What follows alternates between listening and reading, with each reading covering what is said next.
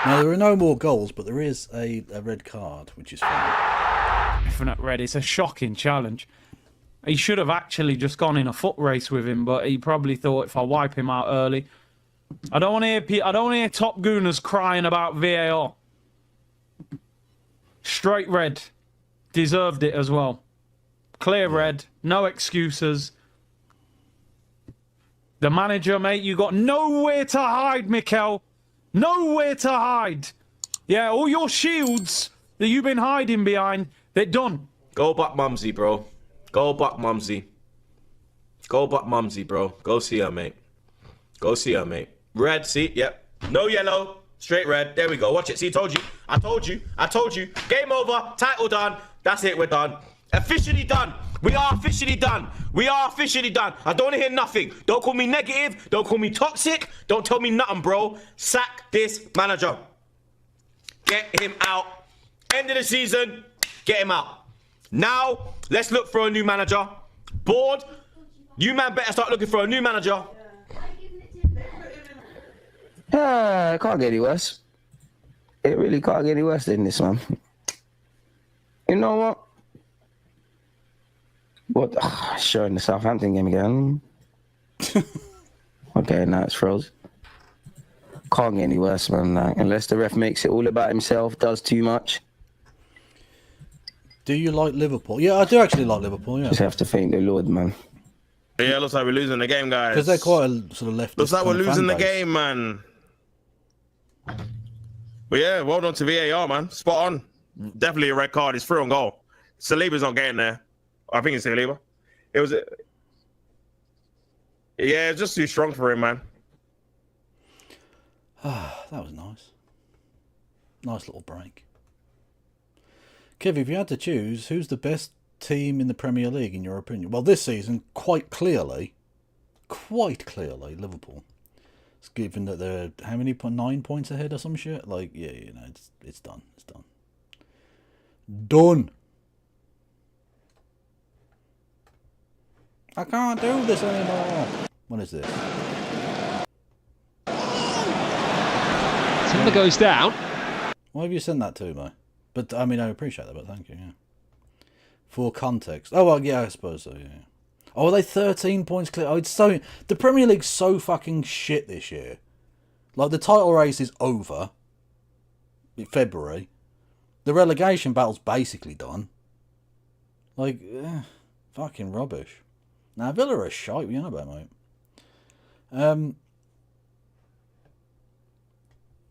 I think it's only gotten stronger, and we will make sure that it stays that way. We're going to have a great trade agreement. One way or the other, we're going to end up with a very good trade agreement for both countries, and we're working on that.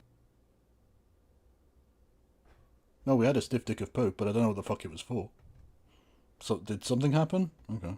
As we speak, I think we'll have the confines. I think we'll have something maybe even in terms of possibilities agreed to very shortly. No, Man United aren't going to go down, unfortunately. Working on a vice president. That would be fucking funny, though. Scott, oh, my God. I'm just looking at this all from Mike. You're going to work on it. Everyone's going to work on it. We'll see if we can do something pretty quickly, but we're going to make some... Oh, you're too vulgar, Lord Fritas. Well, type it out in chat and I'll... Type it out in chat and I'll do it. Also, Blame Lucio. Is your name named after the former Brazilian centre-half that played for Bayern Leverkusen? That Lucio. Because that would be a very specific and slightly weird reference point that I would very much support. Yeah. What's the Mauritius stuff about? Oh, that's about the Chagos Islands deal. Because you know how we've got, post-Brexit, we've got so much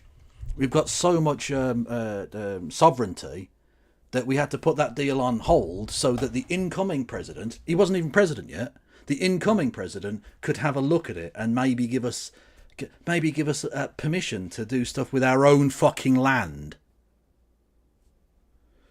Yeah, so the Chagos Islands is going to be ceded to the Mauritius or something. I don't fucking know. Anyway, but there's an American base there or some shit. I don't fucking care. Whatever.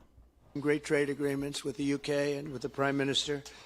and it'll happen very quickly. So I just want to thank you again, and please thank King Charles for the invite, and I look forward to you giving our acceptance on behalf of the United States of America. Thank you very much, sir. And I'm sure fucking Sausage Fingers can't wait. I bet he's hoping he dies. Like, Charles, die. Just die, mate. Please do not visit me, police. That was a joke. It was a joke based on the idea that he doesn't want to have to spend time with Donald Trump.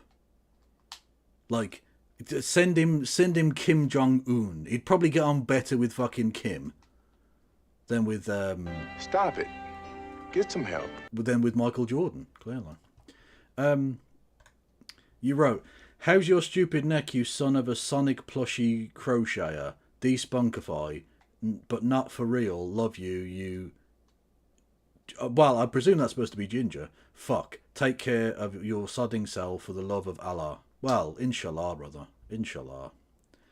And thank you for however much money it was. I don't know. It didn't say. Thank you, Bilderberg. 49 months. You are 1 month away from FIDE. And at that point, I think we have to do an intervention, like legally. If you get to 50 months of subscribing to me, people have to step in and help you to stop hurting yourself. Jesus Christ. But anyway, my neck is still a bit fucked. It's a lot better. Yesterday it was in fucking agony, but like I say, they gave me painkillers. And then a good night's sleep, and I was, It's actually made me feel less old. Because, like, I'm 37 now, so I'm not in, like, the peak of physical health anymore. But I'm not. I thought I was a lot further along, mainly because my diet isn't great and I don't exercise that much. But actually, the fact that my neck has bounced back as ridiculously well as it has in a relatively short period of time makes me feel a lot younger. Like, I would have thought, had I known what was going to happen beforehand, I would have thought that I'd be in a lot more pain still. Do you know what I mean? That sharp decrease in pain in my neck, even though there is just a constant, like, dull ache, and occasionally like a kind of like a tightening of the neck muscle. Yeah, it's made me feel a lot younger. I'm here for it. Can we watch the Trump Zelenskyy meeting? Kieran, we already watched it, mate.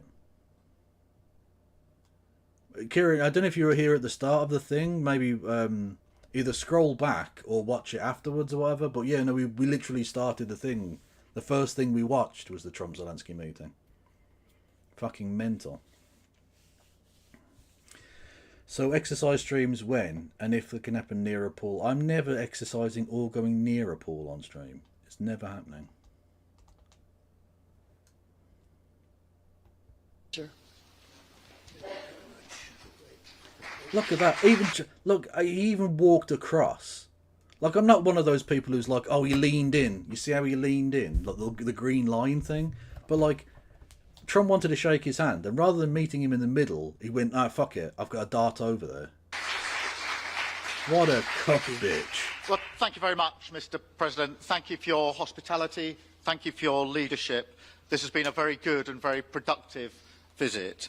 And with your family roots in Scotland and your close bond with His Majesty the King, it's good to know that the United Kingdom has a true friend in the Oval Office. And it was so good to see the bust of Winston Churchill back in its rightful place just a moment ago.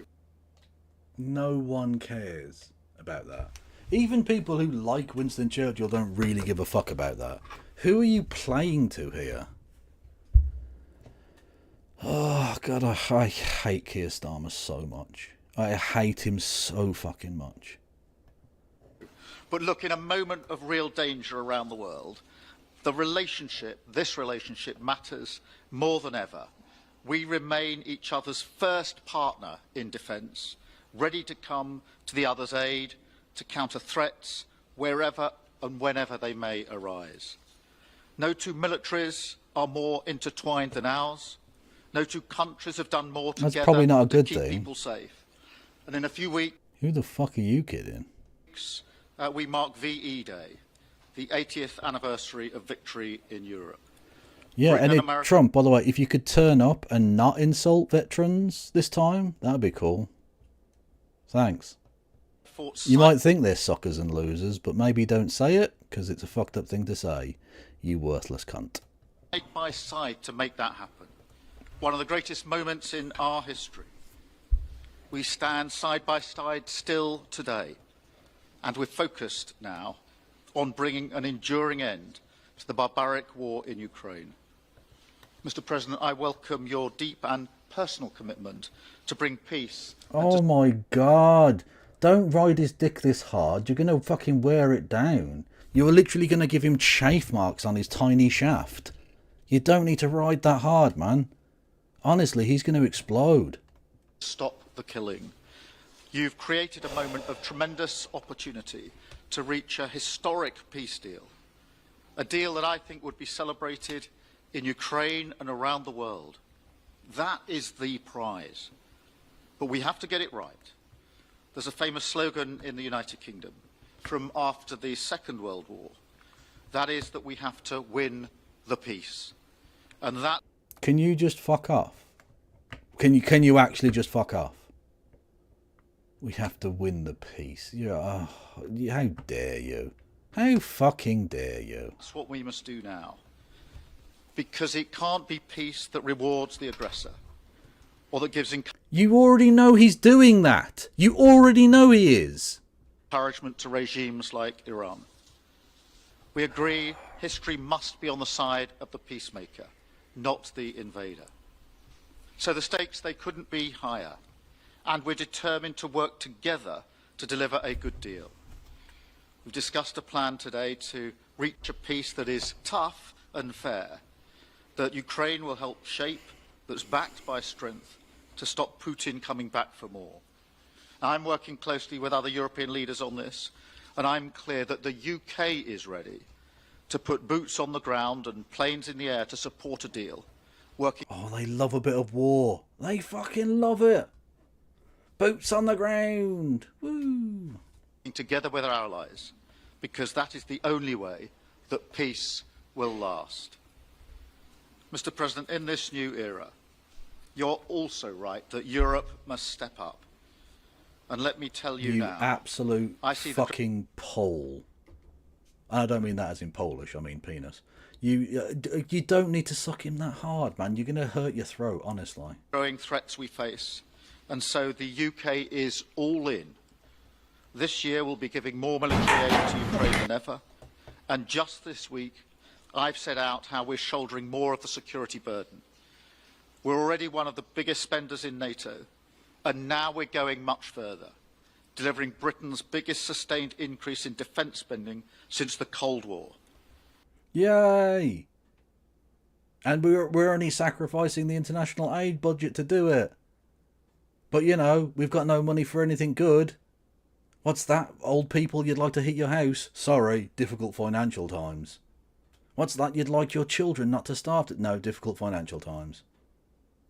Literally fixing any problem in the country? No, $22 billion. Fixing the foundations, mate. Can't do it. No. What's that? The war machine calls? Let's go. This isn't just talk, it's action. Rebalancing the transatlantic alliance, making us all stronger. There is no transatlantic alliance. He showed today there is no transatlantic alliance. They aren't on our side. They don't have our best interests at heart. Kieran, I've watched the bit I wanted to watch. Thank you. But I wanted to watch this. Okay? We've watched the interesting and pertinent parts of the Trump Zelenskyy fucking thing, okay? I appreciate that, but stop fucking linking it. Standing up for our shared values and shared security, as Britain always has. And Mr. President, it's no secret we're from different political traditions, but... Well, yeah, but you both agree on everything, so you're basically the same. There's a lot that we have in common. We believe it's not taking part that counts, What counts is winning. If you don't win, you don't deliver. And we're determined to deliver for the working people of Britain and America, who want and deserve to see their lives improve. So we're both in a hurry to get things done, and that's what the UK and US do when we work together. We win and we get things done. So we'll do what it takes to keep our people safe. We'll also work together to deliver some big economic wins that can benefit us both. We have a $1.5 trillion invested in each other's economies, creating over 2.5 million jobs across both economies.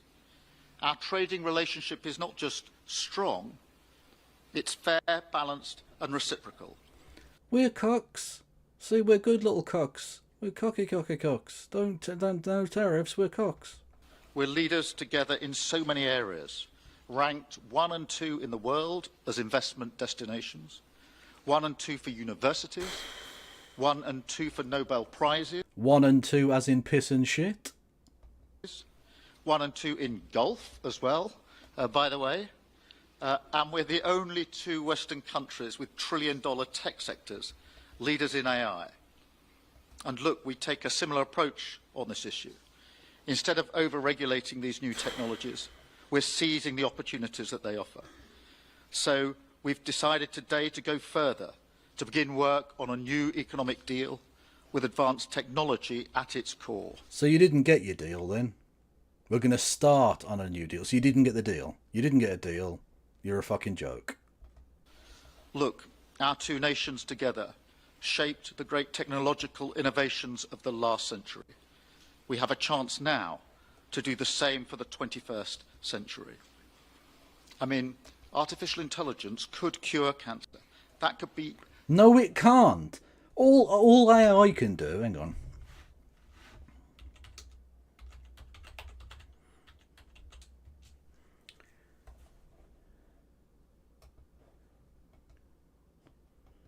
Where is it? Here we go. Oh no, there was a new fucking thing. Hang on. I don't want to type in AI child porn because I'll get put on a fucking list. AI convictions. I'll just put porn, I guess. Oh, I don't know. Anyway, there was in the news today. There was a person charged with creating AI CP. Right. That's what AI can do. It can't cure cancer. It can allow evil bastards to create child porn. That's it. That it can't do anything good. I refuse to believe so. If you, Tony Blair and Elon Musk tell me it's good, I know it's bollocks.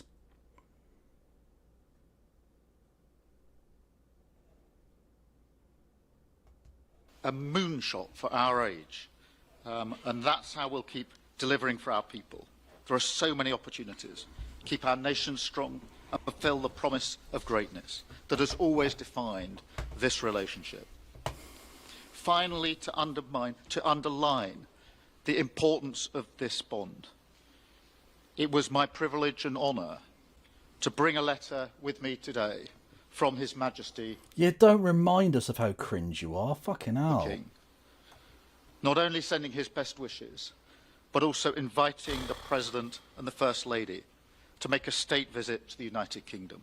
An unprecedented second state visit. This has never happened before. It's so incredible, it will be historic. And it's so pathetic that you're doing it for this guy. And I'm delighted that I can go back to His Majesty the King and tell him that President Trump has accepted the invitation. So thank you. Our teams will now work together to set a date, and we look forward to welcome you in the United Kingdom. Thank you once again. Thank you very much. What a beautiful accent. I would have been president 20 years ago if I had that accent. Yeah, amazing. Thank you very much. Okay, let's see here. Go ahead, please. Thank you, Mr. President. Earlier today, you told me that you believe that foreign countries pay tariffs, but Americans who are concerned about higher prices believe as most people do, that they're paid by consumers and importers when they import things into this country. Can you explain Because they are, yeah. how you came to this belief that foreign governments are paying tariffs? And Because he's got shit for brains? Next question. for the Prime Minister, did you discuss with President Trump his repeated statements of desire to annex Canada? And has the King expressed any concern over the President's apparent desire to remove one of his realms from his control? So I'll go ahead. The first part, the tariffs are necessary because we've been treated very unfairly by many, many countries, including our friends, friend and foe. But we've been treated very unfairly in trade at levels that nobody's really ever seen before, and especially under the Biden administration, they really took advantage of the United States. It's just the same shit over and over again. On China during my 4 years, we had the best. He's like a really, really shit robot. A really boring, dumb robot. Economy in the history of our country. Probably the best economy, maybe the best economy in the history of the world. And I used tariffs to even things up. And in particular with China, we took in hundreds of billions of dollars and we had no inflation. And it's You had no inflation. Fuck off. a myth. It's a myth that's put out there by foreign countries that really don't like paying tariffs, and especially to even up. So we've been treated badly by a lot. We're using tariffs. And I find, and you just have to look at the numbers, but I find that it's not about inflation. It's about fairness, and the inflation for us has not existed. Has And I don't not think it's going to existed. exist. We're going to bring our car industry back. We're going to bring our chips back. We're going to bring so many things back to our country. When he says bring our chips back, he means Doritos, doesn't he? Including pharmaceuticals and drugs. And the thing that's going to get us there is tariffs. And I say often. Thanks for stopping by using Nameless Entity. Enjoy sleep. It's my favorite word in the dictionary, but I always preface that by saying now, because I got into a lot of trouble with the fake news where they say that's not good. So I say God, love, family, wife. They're all my favorite words, but tariff is about number 4 or 5 on the list. Look, we had a really good discussion, a productive discussion, a good discussion, as a result of which our teams are now going to be working together on an economic deal. Our teams are going to be working together on security in Ukraine. You mentioned Canada. I think you're trying to find a divide between us that doesn't exist. We're the closest of nations, and we had very good discussions today, but we didn't That's discuss enough. Canada. Thank you. I mean, I don't know that he was saying that's enough to him, to Keir Starmer, but the fact that he stopped talking as soon as he said it, I think means that Keir Starmer was just playing it safe. Just in case, like a dog, it said sit. All of the dogs will sit, because they don't know which one you're talking to. It's that, I think it's like a Pavlovian response. He had to shut up. Please. Go ahead. Go ahead. Yes. Thank you. Hi, Natasha Clark from Hi. RBC. Mr. President, you've said you're working on a new trade deal with Britain, which we of course welcome. President Obama once said Britain was at the back of the queue for that trade deal. Where are we now? When do you think we're going to see that? And Prime Minister, the BBC has today admitted serious flaws over the recent Gaza coverage, suggestions of payments made to people linked to Hamas. Does the BBC still have your trust? Thank you. The BBC is so cooked to Zionists. It's embarrassing, and yet they're trying to pull this thing. Oh, the BBC is Hamas. Well, they didn't do well with President Obama. He'd never got a lot of things done, and he didn't get a trade deal done that was of any importance or magnitude. We have. Well, we were trying to during your first term, and it didn't happen. There isn't going to be a fucking US trade deal. There isn't, unless we just give him the NHS, which this cunt definitely will. We've had great. Or if not him, his successor, Wesley Streetington. Discussions on trade, and I think we're going to have a deal done rather quickly as it can be done. We're going to have something, I think, rather quickly. We expect to do that. Okay? Please. On the BBC, look, I've been concerned about the programme in question. The Secretary of State had a meeting with the BBC. I think it was yesterday, it could have been the day before. Thank you. You absolutely Jeff, worthless scum. Thank you, sir. Pardon me. Mr. President, do you support Article 5 of the NATO treaty? And are you concerned No. that it might be triggered No, if he doesn't. European peacekeeping forces end up in Ukraine? I support it. I don't think we're going to have any reason for it. I think we're going to have a very successful peace, and I think it's going to be a long-lasting peace. And I think it's going to happen hopefully quickly. If it doesn't happen quickly, it may not happen at all. And we want it for two reasons. Number one, I want to see on a humane basis, I want to see soldiers stop getting shot, because largely it's soldiers now. Towns have been obliterated, but it's large. He just talks, and it's just gibberish. What, the civilians don't exist anymore? What? Largely that, and I don't want to pay billions and billions and billions of dollars, nor does the Prime Minister or anybody else, on a senseless war that should have never happened, and we're going to get it taken care of. But I think it's going to be You said you'd get it done in one day, motherfucker. We're over a month in now. It's going to be long-lasting. Do you have a question for the Prime Minister?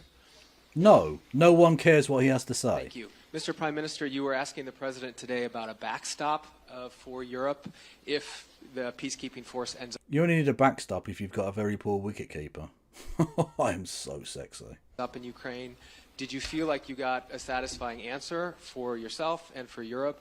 And Mr. President, if you want to comment on that as well, please do.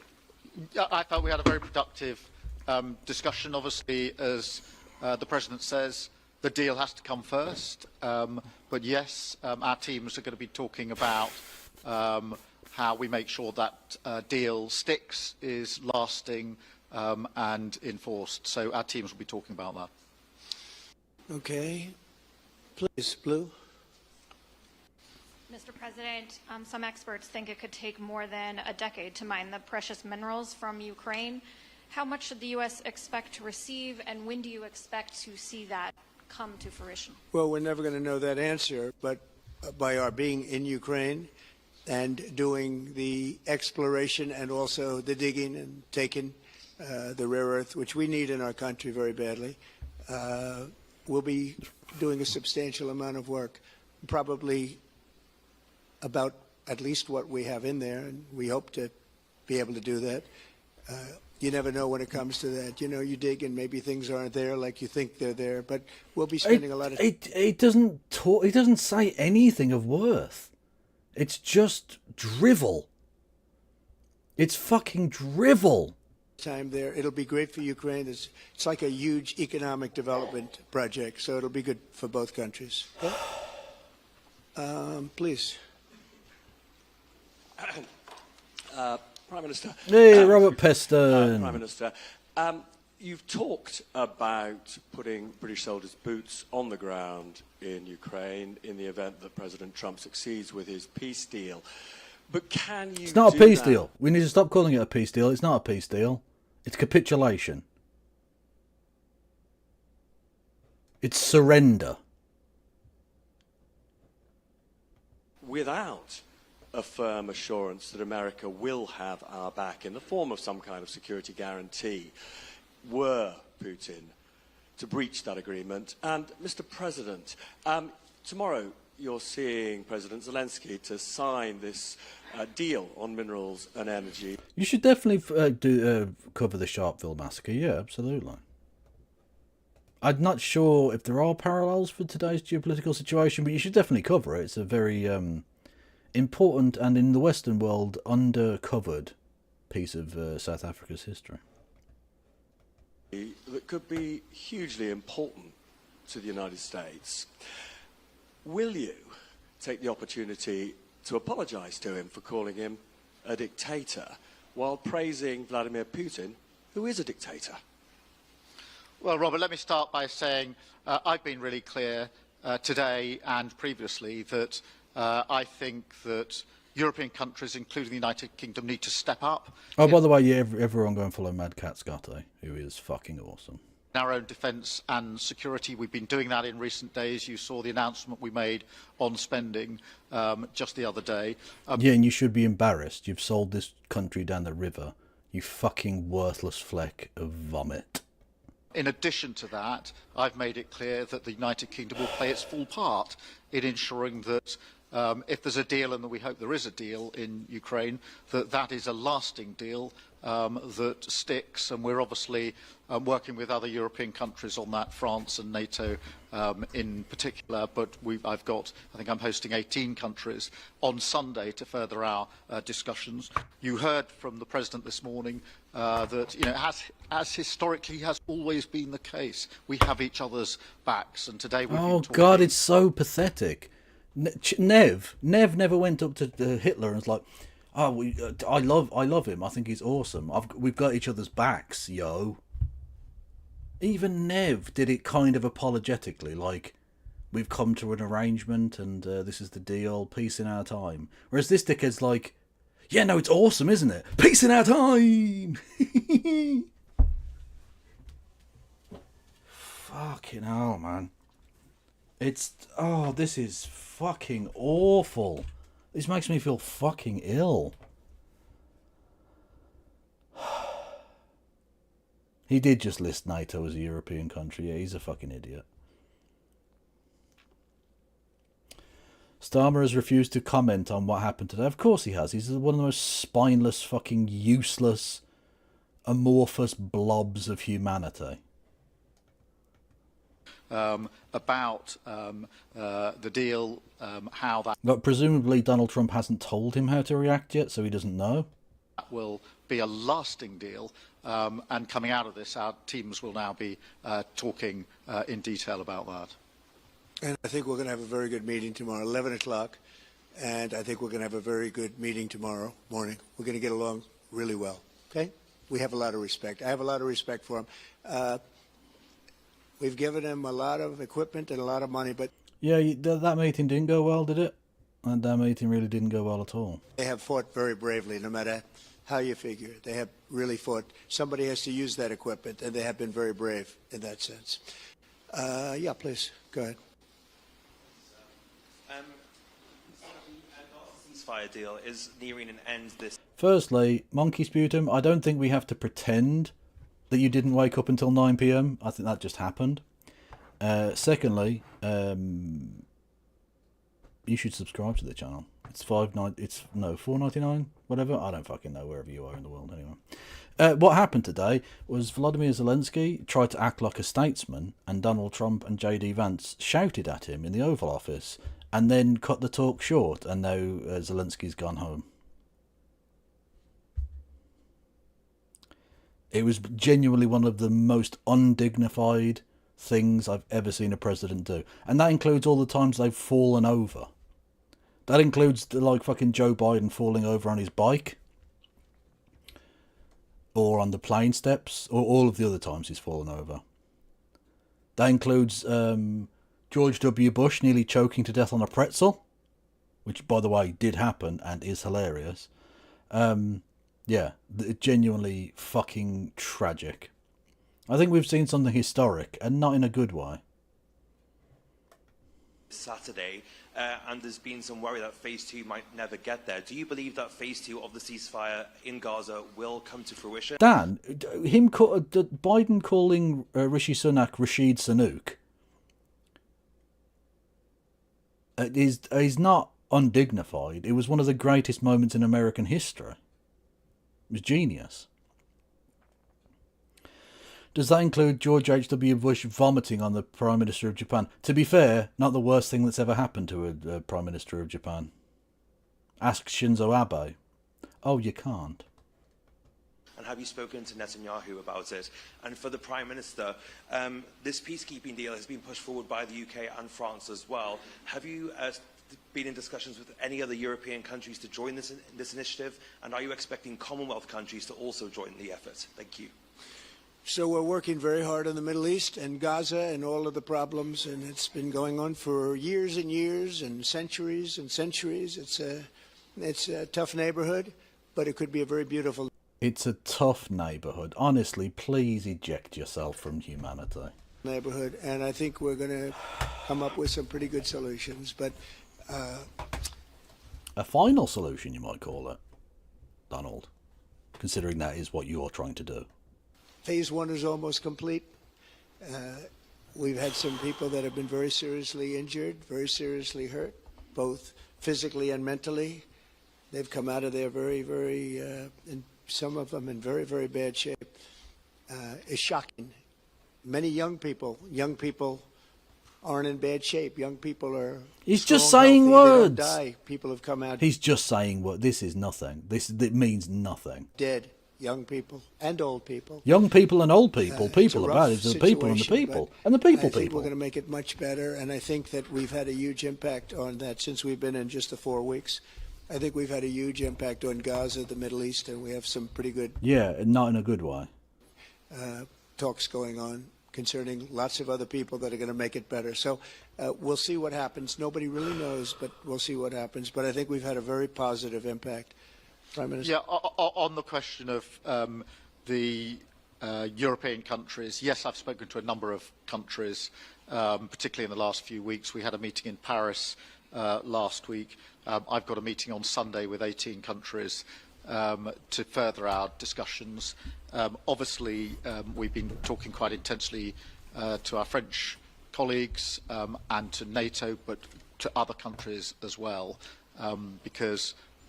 But why would you need to talk to the French? The Galactic British Empire already defeated them.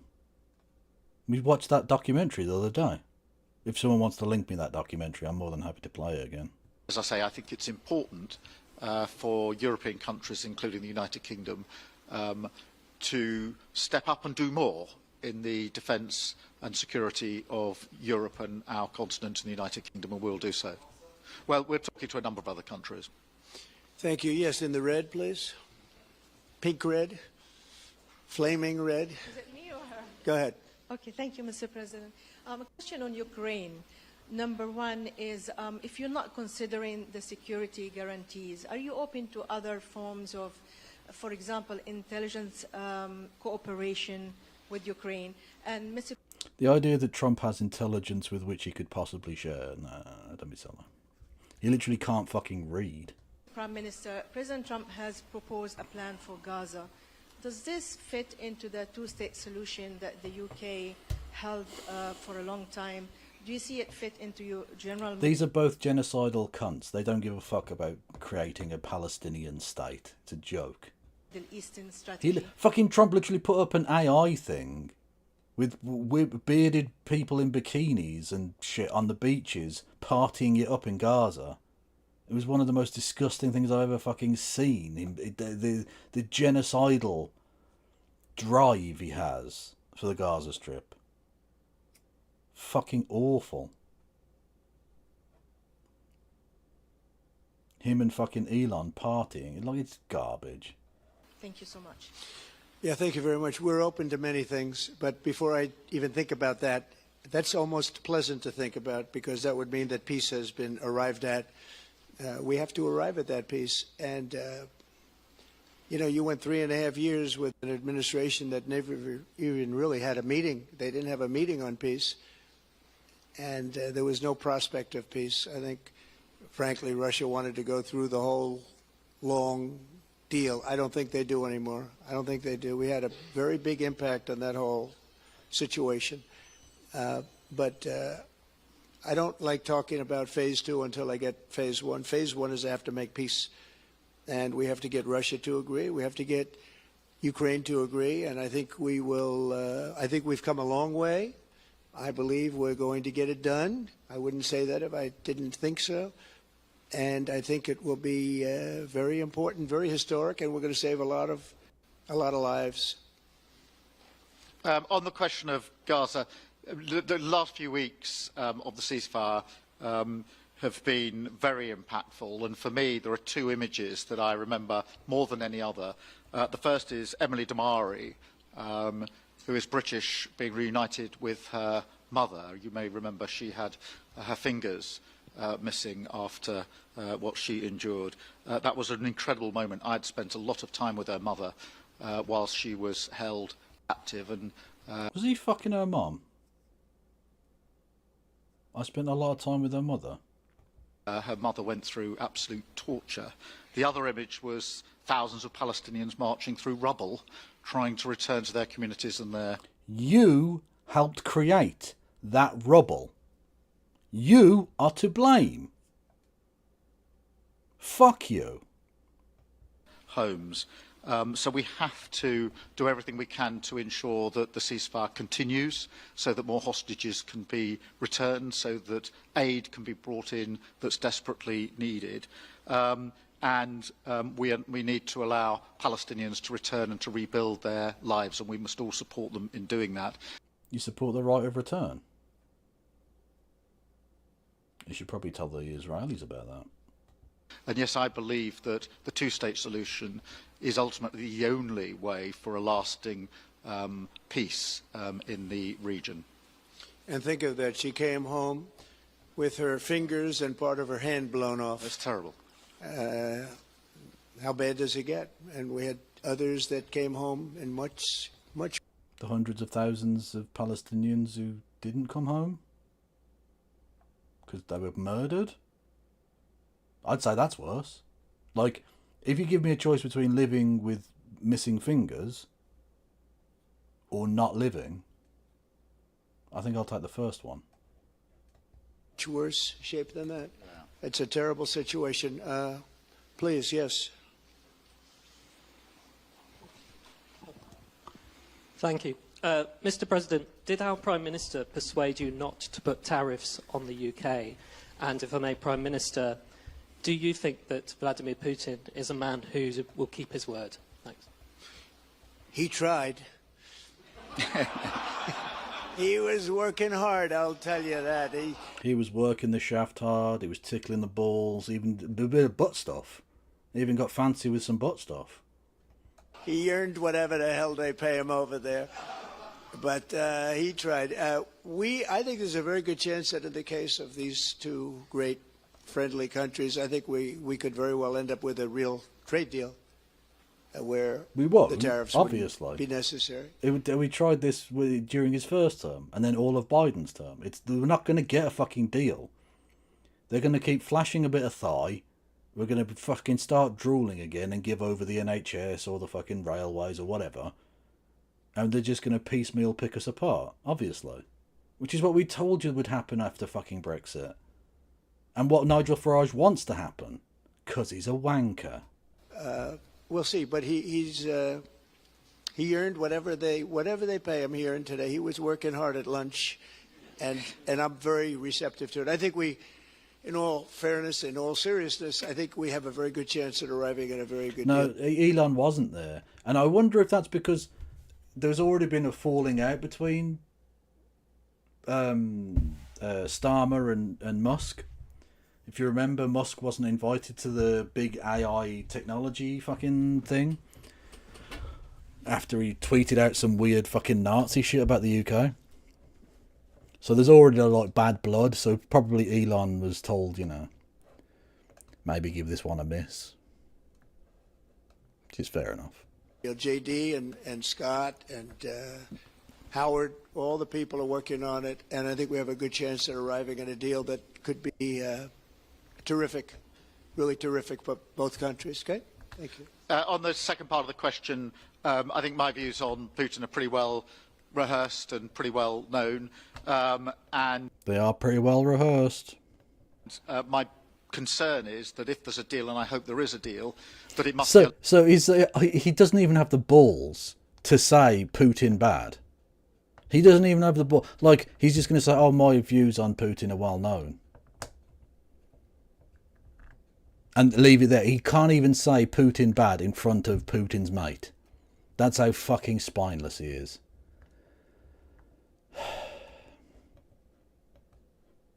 A lasting deal, that it's not a temporary measure, and that is why I think it's really important that Putin knows that this deal, a historic deal, which I very much hope comes about, is there, and it's a lasting deal, and that we're able to deal with any inclination he has to go again or go further.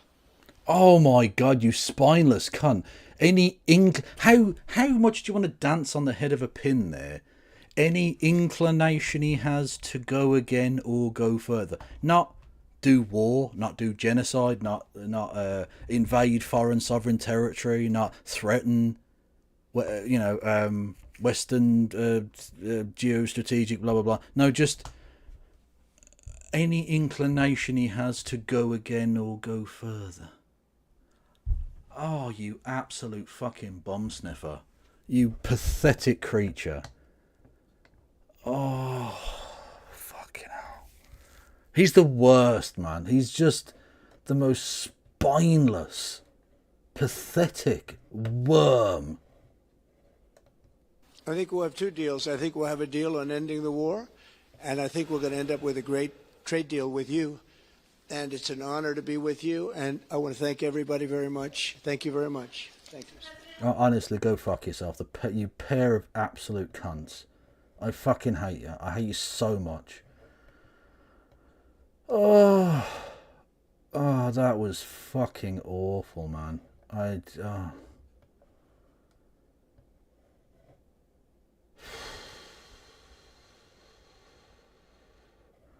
Starmer makes John Major sound charismatic. It's not even just that he's got no fucking charisma, which is obviously true, but that's true basically of all modern politicians, I think. It's that he doesn't believe in anything. He doesn't believe in a damn thing. Imagine that. Britain's representatives in that room were Keir Starmer and David fucking Lammy. Two of the most... Honestly, I can't just keep saying pathetic. I need to come up with a pseudonym. Not pseudonym. Synonym for that. Yeah, I need to get my fucking my thesaurus out, I think. Just embarrassingly moldable, principleless, beliefless, soulless, empty husks. All of them. Those are our two representatives. That's our Foreign Secretary and our Prime Minister. They're the least principled human beings we could possibly have sent there. And that includes Boris Johnson. That includes fucking Rashid Sunak. Rashid Sunak believed in things, making money. Boris Johnson believes in things, piping, everything in the world. Literally sticking his cock into every possible conceivable crevice on Earth.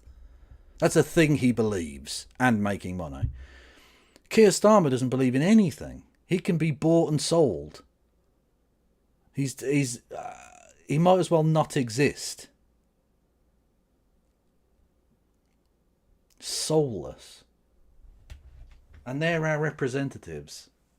Yeah, exactly. David Lammy can be bought by a dinner. He can be bought by a fucking dinner. Keir Starmer can be bought for the price of a fucking ticket to the Arsenal to lose 1-0 to West Ham. Embarrassing. Kev, can I promote myself, please? You absolutely can. Yes. Everyone go and follow Mad Cat Scotty, who is fucking awesome. Yeah. It's been Tony Blair's biggest mark on British politics. Every PM has tried to copy the wanker in a suit vibe. True, but again, I kind of feel like there was an underlying sort of principle to Tony Blair. It wasn't a good. Don't get me wrong. When I say there was a principle there, like fucking Hitler had principles, I'm not suggesting that the principles themselves are good. It's that I think Tony Blair had that kind of New Labour, third wayist fucking drivel, just wank fucking philosophy. Whereas Keir Starmer literally doesn't believe in anything. Keir Starmer doesn't... there's no centre to him. There's no core to anything he does. Which is worrying. Really? Wait until the £90 a month water bills arrive. The South of England will revolt. Brackets not. Well, that's true. Again, another thing. Yeah, we're gonna bring down your energy prices, and they're going through the fucking roof. And the best they can do is ask ask Ofgem to look at using their powers to maybe do something. No, nationalise them, and then we can fucking control the price of it. It's so frustrating because they have such a big majority. They could do anything. It's not like they have to rely. It's like I get to a certain extent why Theresa May had a real difficult time trying to get her shit through because she constantly had to ask the DUP for stuff, right? Supply and confidence, or like in in some sort of coalition government or whatever. But they have such a big majority they could do anything, which tells you exactly what Keir Starmer is. Because given the choice to do anything, he decided to be that. He decided to just crawl inside Donald Trump's sweaty arse crack and live there. He has happily swan dived into the lake of fascist evil. Donald Trump cuts international development aid. Fucking old dickface does it. Donald Trump wants to fucking softball Vladimir Putin. Keir Starmer, at least to his face, will do that. Like, it's fucking awful. Oh, increased military spending? Yeah. Oh, Keir Starmer's going to do that. Not investment in anything that's actually good or useful. No. What we're going to do is buy lots of weapons for a war that will never happen. Because if we ever get into a war with Russia, it will last 4 minutes. And both sides will be obliterated. Because that's what nuclear war is. We're not going to fight a fucking conventional old school war with fucking Vladimir Putin. It's ridiculous. And Trump wants to try and dictate to everybody that we're going to spend 4 or 5% of GDP. How about you suck our fucking dicks? Who the fuck are you? Telling everybody else what to fucking do.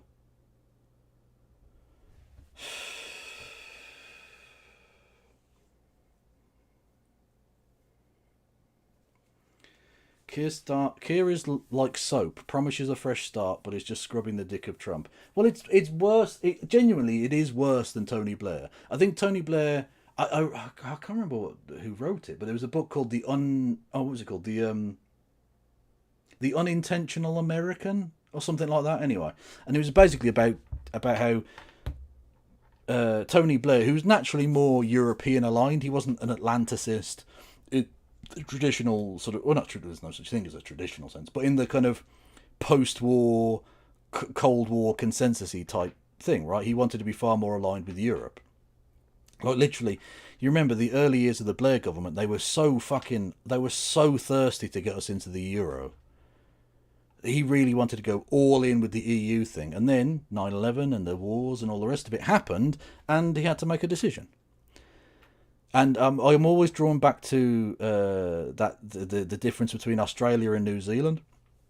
Australia joined the Coalition of the Willing, as it was called, and they got invited to trade talks with America. New Zealand, on the other hand, didn't join the Coalition of the Willing.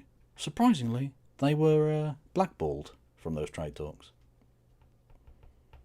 World leaders were called upon to stand up, and Tony Blair didn't.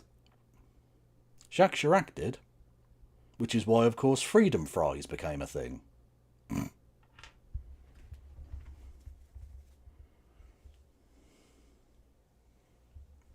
Whereas this is like he's so obsessed with like being Tony Blair that he's literally just gonna do the same thing, even though he doesn't have to. He doesn't have to do this way. We could have a European-based security solution to this. We could. And he's decided, no, fuck it, no, I'm not going to. Ah, bastard. I'm not going to.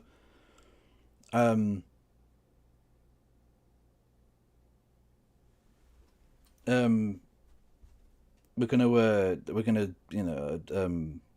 just go along with it. We're just gonna go along with what America wants.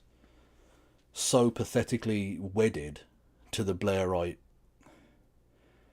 model, if you will.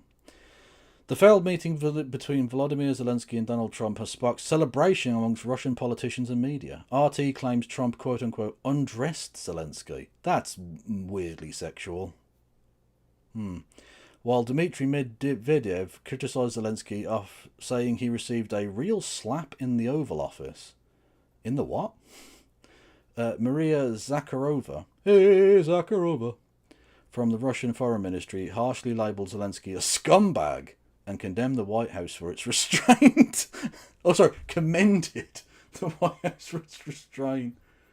Oh, God. Undressed, gave him a dressing down. Okay, yeah, it might be lost in translation. That's fair. That's fair.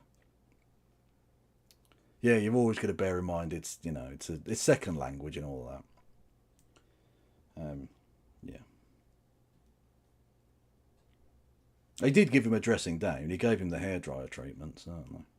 Do you commend the Kremlin? I do not. I do not commend the Kremlin. I've had to break into that building so many times to finger various things. Yeah. By the way, thank you everyone for your enormous generosity today. That means the world to me. Obviously, I'm going through a bit of a difficult time. And this has been a nice distraction, albeit about a terrible topic. But, you know, it is what it is. I'll hopefully be back tomorrow. Hopefully I'm feeling okay to go to the football tomorrow, because it's a big game. First versus second. So hopefully I'm good to go. If not, I'm going to be very annoyed. But I should be okay. I think so. Like, my neck's a bit fucked, but, like, I just have to avoid physical contact, which could be difficult. But, oh, God, Bowler Hatman is going. All hands on deck. The transatlantic... Oh, no. Okay. Okay. The President Sunday. Go and say hello to them. And who's going on Twitch? Who is going on the Twitch machines? I don't know who that is. James from the Wanternet. Although it hasn't been that for a long time, but whatever. James from the internet. What happened to your neck? I was in a car accident. It was fucking terrifying. I won't say I saw my life flash before my eyes, but you become far more aware of your own mortality, you know. Go and say hello to James from the internet, who's a fucking dope-ass streamer. And like I say, I'm hoping to be back tomorrow. And yeah, if not, then hopefully Sunday with No Justice. By the way, I already messaged No Justice and explained what happened, and she was very understanding. So anyway, thank you all for listening and watching. You're fucking awesome. Free Palestine.